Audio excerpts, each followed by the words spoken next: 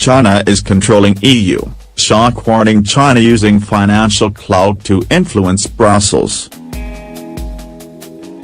Proposals to make life more difficult for Chinese investors to muscle in were watered down by bureaucrats, leaving big hitters from the East free to snap up European companies in strategic sectors. France, Germany and Italy are all keen to restrict Chinese takeovers and were dismayed when their joint call on the European Commission to examine ways to screen investments from third countries hit the buffers. They wanted to give the Commission powers to monitor and potentially block foreign takeovers of Europe's most cherished companies, high-tech firms like German industrial robotics maker KUKA, which was bought last year by a Chinese manufacturer of washing machines and rice cookers. But their protectionist language did not make it into the final conclusions of a June summit and was replaced with watered-down wording welcoming an existing Commission initiative to analyze investments from third countries in strategic sectors. An ad hoc coalition of smaller countries that included traditional champions of free trade like Finland, Sweden and the Netherlands was blamed for derailing the proposals. China has always used the size of its market as leverage in negotiations with Europe. But critics of the country's trade and human rights policies fear Beijing has now found a way to the top table at the European Council, where national leaders gather to make decisions.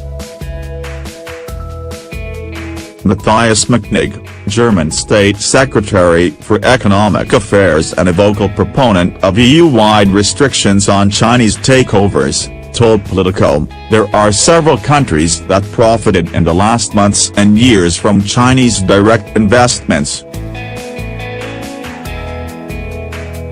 And now the Chinese exerted pressure on these countries.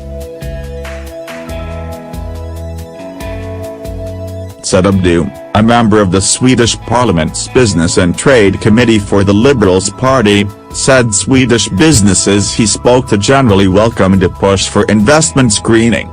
But money talks, especially in some of Europe's more cash-strapped nations, and the potential loss of Chinese investment has become too big a risk. Over the last decade, the EU has become a top destination for Chinese investors, who have bought banks, ports, energy companies and high-tech manufacturers across the bloc, from the Greek peninsula to the outskirts of Dublin.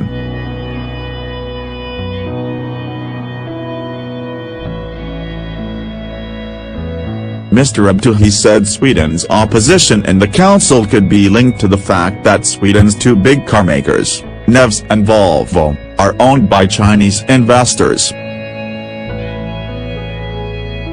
And a Western European trade official who did not attend the negotiations but was briefed on them said the critics of the screening proposal threatened, or rather indicated, that if the plan went through they would have to be compensated financially for the loss of investment they would have otherwise received. According to a senior Commission official, the plans were softened because of pressure from China as Beijing has found a new way to exert leverage on the continent. André Sapir, a senior fellow at the Bruegel think tank, told Politico.eu, there are new dividing lines in the council that are not necessarily the traditional ones between northern, liberal and southern, protectionist countries.